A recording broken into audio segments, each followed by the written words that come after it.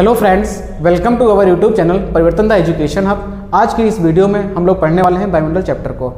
जो बच्चे तैयारी कर रहे हैं या जिन्होंने पेपर दिया हो सभी जानते होंगे वायुमंडल से 1 से 2 क्वेश्चन आपका बनता ही बनता है। जो लोग यूपी टेट की तैयारी कर रहे हैं, क्या ये तो ज्योग्राफी का एक तरीके से टॉपिक हो गया जो ईवीएस में पूछा जाता है। ठीक है, ये सभी के लिए मतलब चैप्टर इंपॉर्टेंट है, चाहे कोई भी कॉम्पिटिशन एग्जाम दे। वायुमंडल से अगर क्वेश्चन बनेगा तो आज अगर आप पूरा वीडियो देख लेते हैं तो इससे बाहर कोई भी क्वेश्चन नहीं जाएगा। आप जैसे जानते हैं कि चैनल पर क्या है, ईवीएस की सारी वीडियो अपलोड की जा रही लगातार है। अगर अभी तक नहीं देखी तो आई बटन पर क्लिक करके आप सभी वीडियो को देख सकते हैं। वीडियो को पूरा देखा करो, पता नहीं कौन सा क्वेश्चन कहां से आपका बन जाए। हम पढ़ा रहे हो पता चला, वहीं से हो सकता है वो क्वेश्चन आपको पेपर में देखने को मिल जाए। तो चलिए वीडियो को शुरू करते हैं। हमें वायुमंडल सबसे पहले जानेंगे आखिर होता क्या है वायुमंडल। ठीक है, वायुमंडल को समझते हैं। ये क्या है, जैसे पृथ्वी है। ठीक है, पृथ्वी के चारों ओर आसान तरीके से समझते हैं बेटा है, पृथ्वी के चारों ओर, ठीक है, गैसों का या फिर हवाओं का जो आवरण है, यही क्या है, वायुमंडल है। सिंपल भाषा में समझेंगे बिल्कुल। क्या है आखिर वायुमंडल, क्या है, गैसों का या हवाओं का जो आवरण है पृथ्वी के चारों ओर, वही क्या है, वायुमंडल है। ठीक है, पृथ्वी पर जो जीवन है, पृथ्वी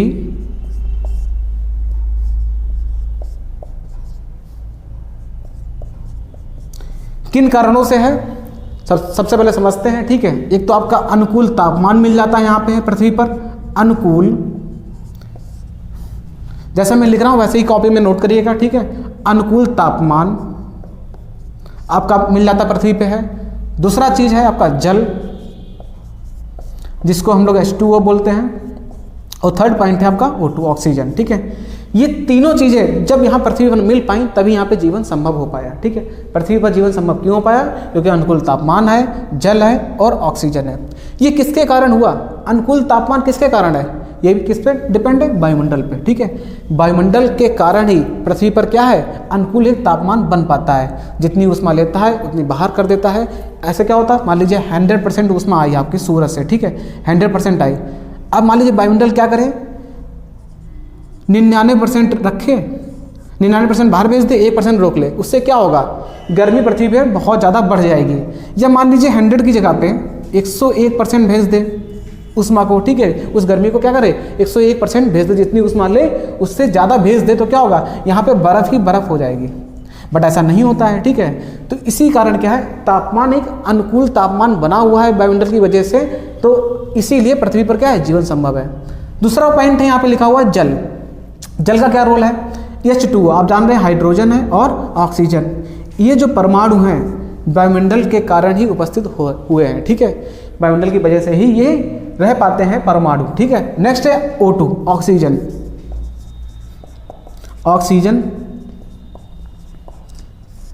ऑक्सीजन भी किस पे डिपेंड है, वायुमंडल पे ही। वायुमंडल में अभी हम लोग सब पढ़ेंगे कि ऑक्सीजन कितनी पाई जाती है, नाइट्रोजन कितनी पाई जाती है, इन सब चीज़ों के बारे में जानेंगे। क्योटो प्रोटोकॉल का हुआ, ठीक है, या फिर आपका मॉन्ट्रियल प्रोटोकॉल का हुआ, ग्रीन हाउस इफेक्ट क्या होता है, ग्लोबल वार्मिंग क्या होती है, इन सब चीज़ों को अभी जानेंगे। आप वीडियो में बने रहें। ठीक है, अब देखते हैं वायुमंडल का संगठन। वायुमंडल का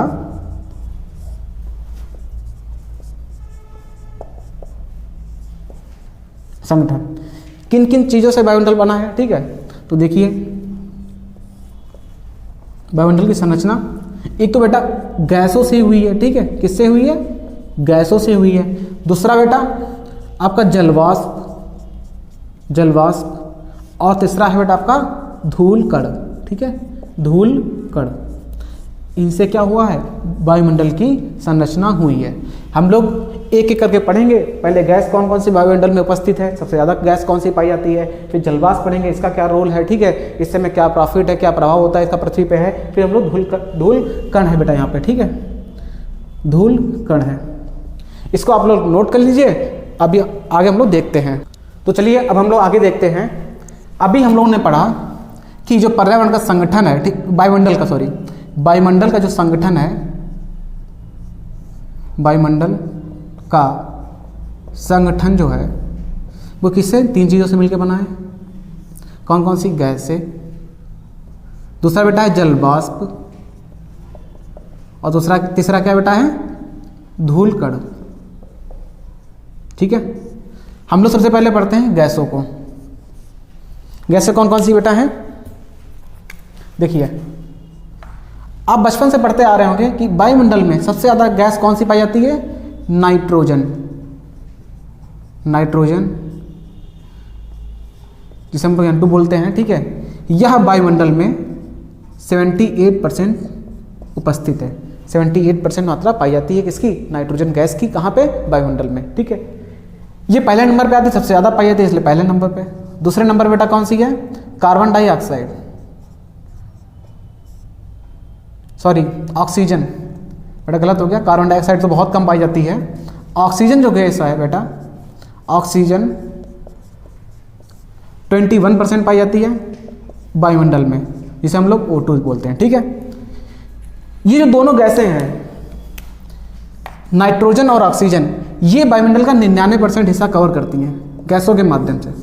अगर गैसों की बात करें, 99% पार्ट यही कवर करती है। कौन? नाइट्रोजन और ऑक्सीजन। थर्ड नंबर पे बेटा आती है कौन सी गैस? आर्गन। आर्गन गैस, जिसका परसेंटेज बेटा कितना है? 0.93%। ठीक है, 0.93% आर्गन गैस पाई जाती है वायुमंडल में है। ठीक है, ये एक ऐसी गैस है, एक अक्रिय गैस है। किस टाइप की है? अक्रिय गैस ये है। ठीक है, जैसे क्रिप्टॉन, नियॉन और भी कई सारी अक्रिय गैसें होती हैं। जैसे आर्गन गैस है, इनका अक्रिय गैस का मतलब क्या होता है? किसी भी गैस से क्रिया ना करना, अक्रिय गैस कहलाता है। ठीक है, अक्रिय गैस समझ गए होंगे। तो गैसें कौन कौन सी पाई जाती है बेटा? नाइट्रोजन, ऑक्सीजन और आर्गन गैस। ठीक है, तीनों लाइन से लिखी हुई है। सबसे ज़्यादा वायुमंडल में कौन सी गैस पाई जाती है? 78% नाइट्रोजन, 21% ऑक्सीजन और 0.93% आर्गन गैस पाई जाती है। ये कौन सी है? अक्रिय गैस है, क्रिप्टन, नियॉन। अब हम लोग बहुत ही महत्वपूर्ण एक गैस पढ़ने वाले हैं जिसका नाम है कार्बन डाइऑक्साइड। कार्बन डाइऑक्साइड बेटा वायुमंडल में पाई तो बहुत कम जाती है, लेकिन इसके नुकसान बहुत ज़्यादा हैं। पाई बेटा कितनी जाती है? 0.03%। आप समझ सकते हैं वायुमंडल में कितनी इसकी कम मात्रा है, लेकिन नुकसान ग्लोबल वार्मिंग हो गई, चाहे ग्रीन हाउस इफेक्ट हो गया। ठीक है, GHE।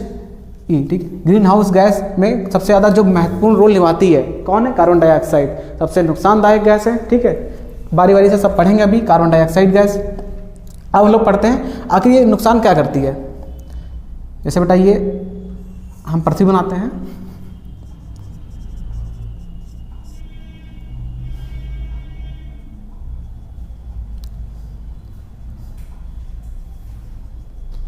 पृथ्वी के बाहर क्या है? ये गैसों का आवरण है, गैसों की एक परत बनी हुई है। ठीक है, कैसी परत बेटा? कौन कौन सी गैसों का परत है? ये 3C याद रखना। आप क्या रखना है? 3C। तो ये 3C क्या बेटा है? आपका CO2, CH4 और CFC। ठीक है, ये 3C बोलते हैं हम इसे हैं, CO2, CH4 और CFC। क्या फुल फॉर्म है इसकी? Carbon dioxide, carbon dioxide. ये क्या है? Methane gas. और CFC है क्लोरो फ्लोरो कार्बन। गैसों की कौन कौन सी परत है ये बेटा? CO2, CH4, CFC। ये 3 जो गैसों की परत पाई जाती है। अब हम लोग थोड़ा समझते हैं डिटेल में। मान लीजिए यहाँ पे सन है, सन से जो दिन में किरणें आती हैं, ठीक है, लघु तरंग दैर्ध्य वाली जो किरणें आती हैं, जिसे हम लोग सौरिक विकिरण बोलते हैं, सौरिक विकिरण। ये सौरिक विकिरण वाली तरंगें हैं, ठीक है। ये गैसें क्या करती हैं? इन तरंगों को आने देती हैं, मतलब सूर्य से जो ऊष्मा आ रही है आराम से आ रही, कोई दिक्कत नहीं आता है, ठीक है। लेकिन जब बेटा जाने की बात होती है, जब ये जाने की मैं तरंगे ऐसे बना रहा हूँ, ठीक है, तो ये परत क्या करती है, जो ये ऊष्मा ली है, ठीक है, इसको जाने से रोकती है, जाने से रोकती है इन तरंगों को, जिसे हम लोग क्या बोलते हैं, पार्थिव तरंग, पार्थिव विकिरण बोलते हैं, ठीक है। पार्थिव विकिरण, मैं फिर से बोल रहा हूं, पार्थिव विकिरण जो वापस लौटी हुई तरंगे हैं, ठीक है, उनको जाने से रोकती है। इससे क्या होगा, इससे गर्मी बढ़ेगी, क्योंकि एक जो तापमान बना हुआ है, औसत तापमान बना हुआ है जो 15 डिग्री है आपका, इसमें क्या होगा, ऊपर नीचे तापमान होने लगेगा, क्योंकि जितनी ऊष्मा ले रहा है पृथ्वी उतना वापस भी तो करनी है। लेकिन ये गैसें जो क्या करती हैं, CO2 हो गई, CH4 हो गई, CFC हो गई, ये क्या करती है, वापस जाने से रोकती है। किसको, जो यहाँ से किरणें आई हुई हैं, ये लघु तरंग दैर्ध्य वाली किरणें हैं। लघु तरंग दैर्ध्य बेटा ये जो आती हैं, ठीक है, लघु तरंग दैर्ध्य, और ये धीर तरंग दैर्ध्य जो वापस जाती हैं, पार्थिव विकिरण की जो धीर तरंग दैर्ध्य वाली किरणें होती हैं, उनको वापस जाने से रोकती हैं। तो आप ये लिख सकते हैं, यहाँ पे पॉइंट हैं, 2 पॉइंट के रूप में ले सकते हैं, CO2, CH4, CFC की परत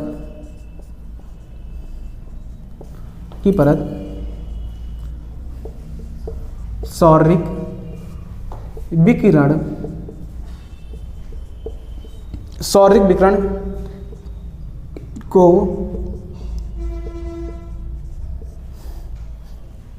पृथ्वी पर आसानी से आने देती हैं, आसानी से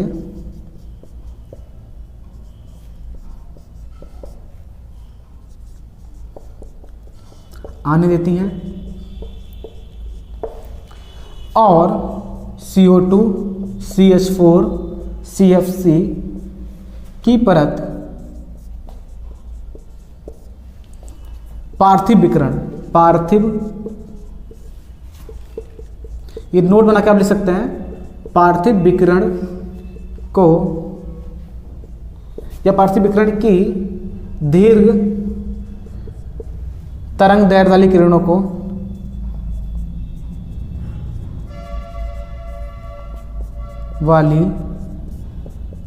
को जाने से रोकती हैं, जाने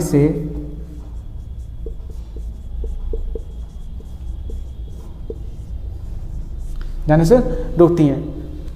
समझते हैं, आसानी से आने तो देती हैं, लेकिन जाने से क्या करती हैं बेटा, रोकती हैं ये किरणें। इससे क्या होगा, अगर मान लीजिए धीरे धीरे रोक रही हैं, तो यहाँ पे पृथ्वी पे क्या होगा, गर्मी बढ़ेगी नहीं बढ़ेगी।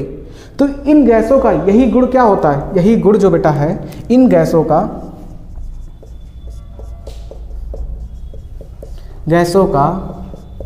यही गुण क्या कहलाता है, GHE ग्रीन हाउस इफेक्ट कहलाता है, ठीक है। और जब ये तरंगें वापस नहीं जा पाती हैं, उससे क्या होगा, गर्मी बढ़ेगी, वैश्विक तापमान आपका बढ़ेगा। वही क्या होता है बेटा, ग्लोबल वार्मिंग। जब ये रुकावट पैदा करेंगी, ये किरणें जो हैं उसको जाने से रोकेंगी, तो क्या होगा बेटा, ग्लोबल वार्मिंग। मतलब कि यहाँ पे पृथ्वी पे क्या होने लगेगा, गर्मी बढ़ने लगेगी। तो आप लोग समझ में आया होगा कि क्या होता है GHE और क्या होता है ग्लोबल वार्मिंग, जिसे हम लोग हिंदी में वैश्विक तापन बोलते हैं, वैश्विक तापन। और इसे बोलते हैं GHE को हरित ग्रह प्रभाव। क्या बोलते हैं बेटा, हरित ग्रह प्रभाव, ठीक है। स्क्रीनशॉट ले लीजिए इसका। तो हम लोग देखते हैं, हम लोगों ने अभी जो पढ़ा हरित ग्रह प्रभाव,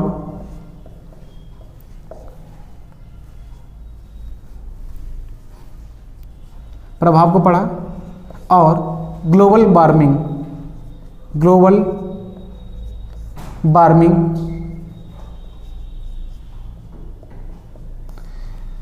इन दोनों को हम लोगों ने समझा अच्छी तरीके से। ग्लोबल वार्मिंग के लिए सबसे खतरनाक जो गैसें होती हैं, ठीक है, किन कारणों से ग्लोबल वार्मिंग बढ़ रहा है, तो कौन सी गैसें बेटा, CO2, CH4 और CFC। इन गैसों की जब मात्रा बढ़ती है तो क्या होगा, पृथ्वी पर गर्मी बढ़ेगी, इससे क्या होगा, ग्लोबल वार्मिंग बढ़ेगी। इसका बेटा प्रभाव क्या होगा पृथ्वी पर, जानते हैं। जैसे बेटा पृथ्वी है ये, ठीक है, यहाँ पे क्या बेटा है, बर्फ़ है, ठीक है, यहाँ भी क्या बेटा है, बर्फ़ है, ठीक है। जब ये बेटा गर्मी बढ़ेगी तो क्या होगा, ये बर्फ़ पिघलेगी, क्या होगा, बर्फ़ पिघलना शुरू कर देगी। जब ये तापमान लगातार बढ़ता जाएगा धीरे धीरे पृथ्वी का, तो ये बर्फ़ लगातार पिघलेगी। इससे क्या होगा बेटा, समुद्र में जो जल स्तर है, समुद्र में जल का स्तर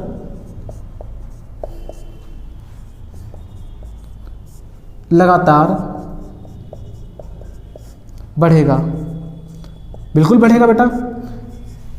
समुद्र में क्या होगा, जल का स्तर बढ़ने लगेगा। अगर ये गैसें इन पे कंट्रोल नहीं किया गया, इनका उत्सर्जन लगातार होता रहा, तो इससे क्या होगा, समुद्र में जल का स्तर लगातार बढ़ेगा। इससे क्या होगा, जो द्वीप हैं या फिर प्रायद्वीप हैं, ठीक है, प्रायद्वीप क्षेत्र हैं,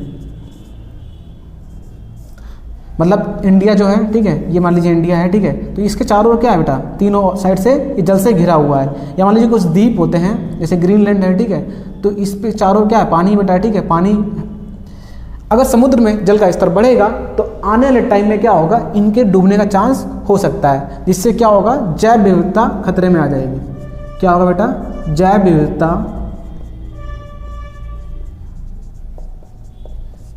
खतरे में आ जाएगी। तो इनको रोकना कितना ज़रूरी है आने वाले टाइम के लिए। मान लीजिए अगर समुद्र में जल स्तर लगातार बढ़ता रहा तो क्या होगा, ये हिस्सा धीरे धीरे डूबने लगेगा। या मान लीजिए कोई द्वीपीय क्षेत्र है, ऑस्ट्रेलिया वगैरह हो गया, तो क्या होंगे, धीरे धीरे डूब ही जाएंगे अगर इन गैसों पे कंट्रोल नहीं किया गया। क्या इन पे कभी बैठक नहीं हुई है? हुई है बेटा, बिल्कुल हुई है। पर्यावरण पे बेटा पहली जो बैठक हुई पर्यावरण पे 5 जून 1972 को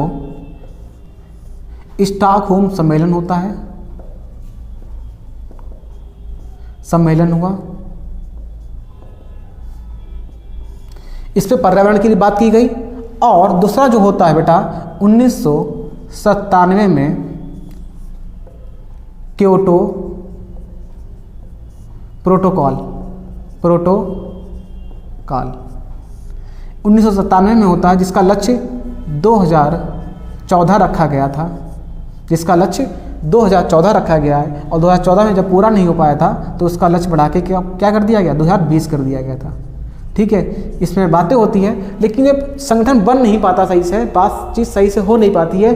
क्योंकि क्या होता है, जैसे अमेरिका वगैरह हो गया, जो विकसित देश है, चीन है, ये सब इससे अलग होने लगते हैं क्योंकि ये डेवलप हैं और आगे भी बढ़ना चाहते हैं। तो क्या करेंगे, सबसे ज़्यादा गैसों का उत्सर्जन यही करते हैं।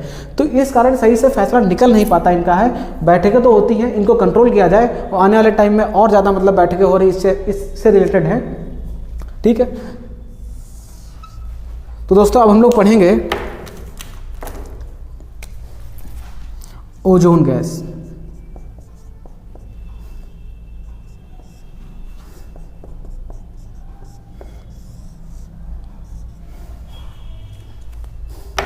तो उम्मीद है इतना समझ में आया होगा क्या हो रहा है। ग्लोबल वार्मिंग के लिए सबसे जो खतरनाक गैसें हैं, क्या हो रहा है, किनके कारणों से बढ़ रही है, CO2, CH4, CFC, जिसको हम लोग कार्बन डाइऑक्साइड गैस, मीथेन और CFC बोलते हैं। CFC AC वगैरह से निकलती है, ठीक है, क्लोरोफ्लोरोकार्बन, ये AC से निकलती है, और या रेफ्रिजरेटर, फ्रिज से निकलती है, ठीक है,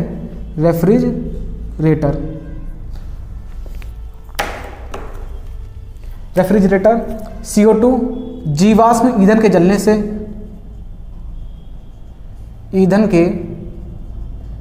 निकलता है ये CO2 गैस। और CH4 धान के खेत से, धान के खेतों से यह गैस निकलती है। इन सब पे कंट्रोल करना बहुत ज़रूरी है, वरना आप देख रहे हैं क्या आने वाले टाइम में हाल होगा। ये सब बैठकें भी हुई हैं, कौन कौन सी बैठकें हुई हैं, क्योटो प्रोटोकॉल से क्वेश्चन भी खूब कई बार बना है। कब हुआ था कन्वेंशन, ये 1997 में हुआ था। ठीक है, अभी हम लोग मॉन्ट्रियल प्रोटोकॉल भी पढ़ेंगे, मॉन्ट्रियल प्रोटोकॉल कब हुआ था? ओजोन क्या होता है? ये जीवन रक्षक एक तरीके से बोल सकते हो। ओजोन गैस जीवन रक्षक। क्यों हम लोग इसके जीवन रक्षक बोलते हैं अभी हम लोग पूरा समझेंगे। पृथ्वी है, इसके चारों मान लीजिए, मान क्या है बेटा, ओजोन परत की एक लेयर है, ठीक है। ओजोन ये परत है। ये ओजोन परत जो है बेटा समताप मंडल में पाई जाती है। समताप मंडल, जो कि 18 से 50 किलोमीटर के बीच का हिस्सा है समताप मंडल, ठीक है। ओजोन परत, इसमें यह ओजोन परत पाई जाती है। अब हम लोग क्या करना क्या है, ओजोन परत क्या करती है, ये सूर्य है, किरणें आ रही हैं, इन किरणों में एक रेज होती है, कौन सी, यूवी रेज, यूवी रेज, जिसे हम लोग बोलते हैं परावैंगनी किरणें। क्या बोलते हैं? परावैंगनी किरणें बोलते हैं। यह जो ओजोन गैस है O3 से हम लोग बोलते हैं O3, यह क्या करती है, किरणें तो आ रही हैं, ऊष्मा आ रही है, लेकिन इन रेज को नहीं आने देती है। अगर ये रेज आ जाती है तो इसका इफेक्ट क्या होगा, लोग क्या हो जाएंगे, त्वचा कैंसर या चर्म कैंसर बोलते हैं, त्वचा कैंसर हो सकता है, अंधापन हो सकता है, अगर ये ना होते। लेकिन क्या ये रक्षक अभी मतलब आगे टाइम में रह पाएगी, नहीं रह पाएगी? क्या हो रहा आखिर है, ये लेयर, कहीं आपने सुना होगा कि ओजोन परत में छिद्र हो रहा है, किस कारण आखिर हो रहा है? तो आपकी जो गैस है CFC, ठीक है, हैलोजन गैसें जो बेटा है आपकी है, गैसें क्लोरीन, ब्रोमीन, ठीक है, और बेटा नाइट्रस ऑक्साइड।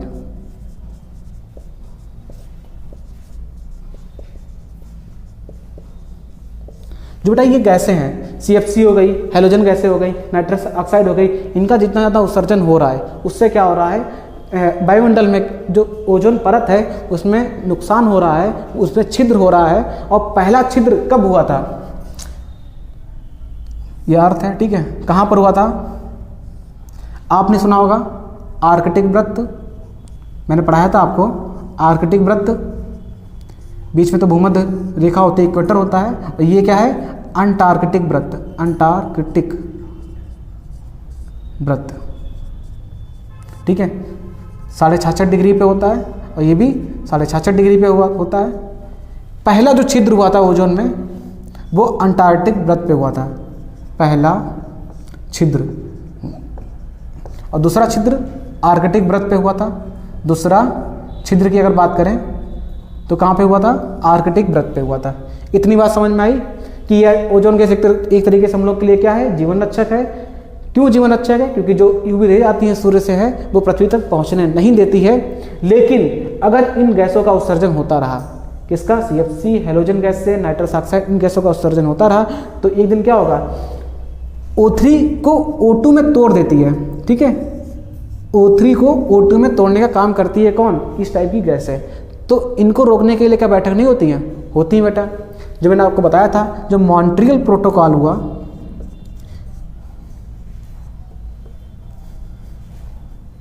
मॉन्ट्रियल प्रोटोकॉल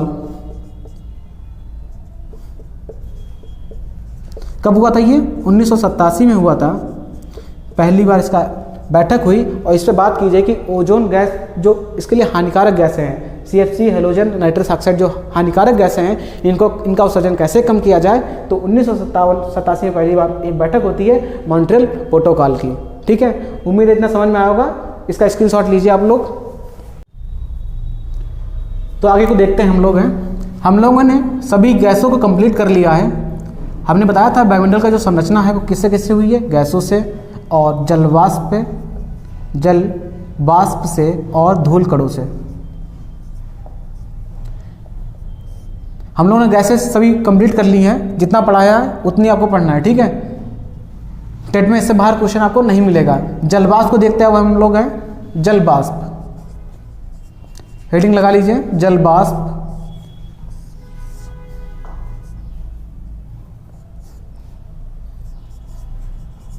जल का गैसीय रूप क्या है, जल वाष्प है, जल का गैसीय रूप जो होता है बेटा है क्या होता है, जल वाष्प होता है। आपने बचपन से पढ़ा होगा जल की 3 अवस्थाएं, कौन सी, एक ठोस, एक बेटा द्रव और एक गैस, ठीक है। ठोस में बेटा क्या आता है, बर्फ आता है, इसमें तो लिक्विड रहती ही है जल बेटा, जिस फॉर्म में हम लोग पीते हैं, ठीक है। और गैस ये जल वाष्प के रूप में, ठीक है। पृथ्वी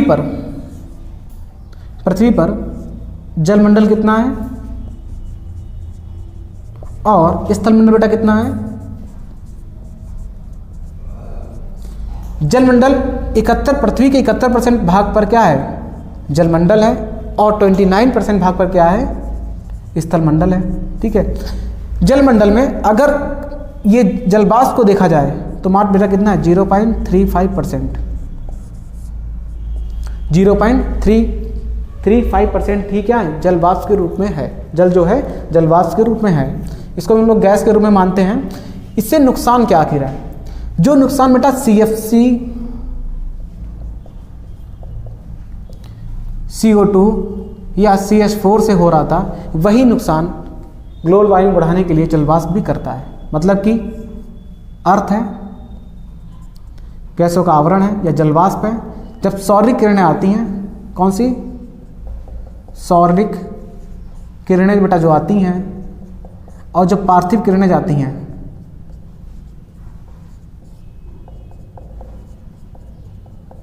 होता क्या है, आने तो आराम से आती हैं, आ रही जाने कोई दिक्कत नहीं है, जलवाष्प आने देती हैं। लेकिन जब जाने की बारी इन गैसों ऊष्मा की होती है तो क्या करती है, इसको रोकने का प्रयास करती है।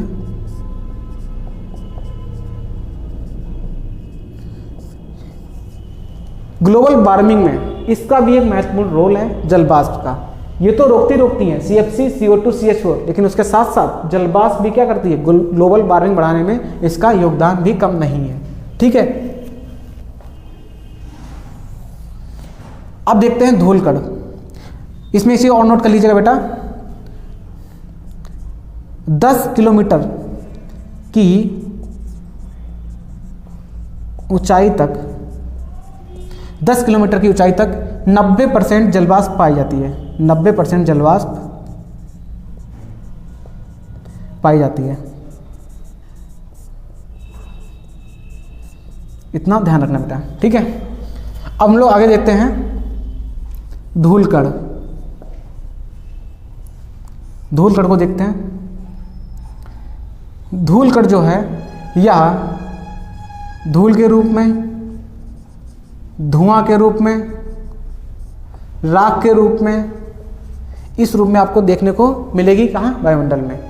इसका बेटा सेम जैसे इनका काम था, गैसों का काम था या जलवाष्प का काम था, वैसे बेटा इसका भी काम होता है। क्या करता है, ये परत है बेटा, ये चारों ओर की परत है, ठीक है।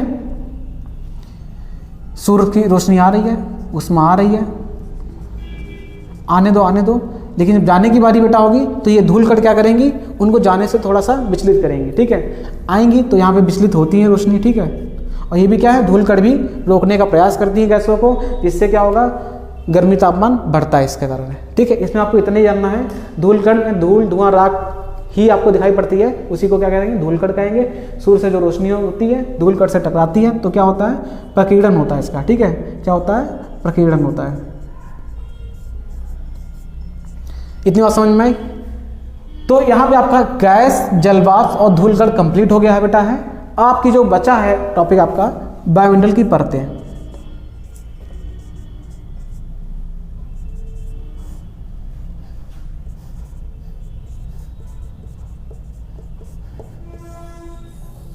इसको हम लोग नेक्स्ट वीडियो में देखेंगे। उम्मीद है आज की वीडियो समझ में आई होगी अच्छी तरीके से। आज के लिए बेटा इतना ही, धन्यवाद।